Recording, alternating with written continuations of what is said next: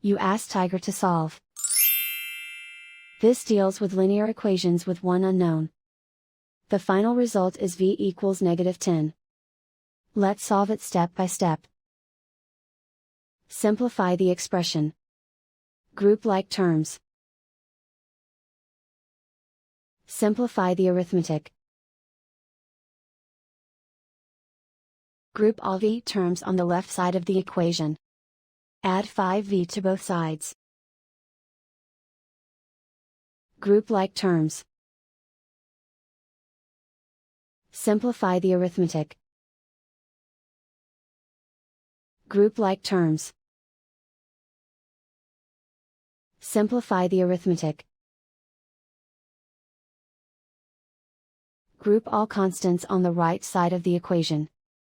Add 8 to both sides. Simplify the arithmetic.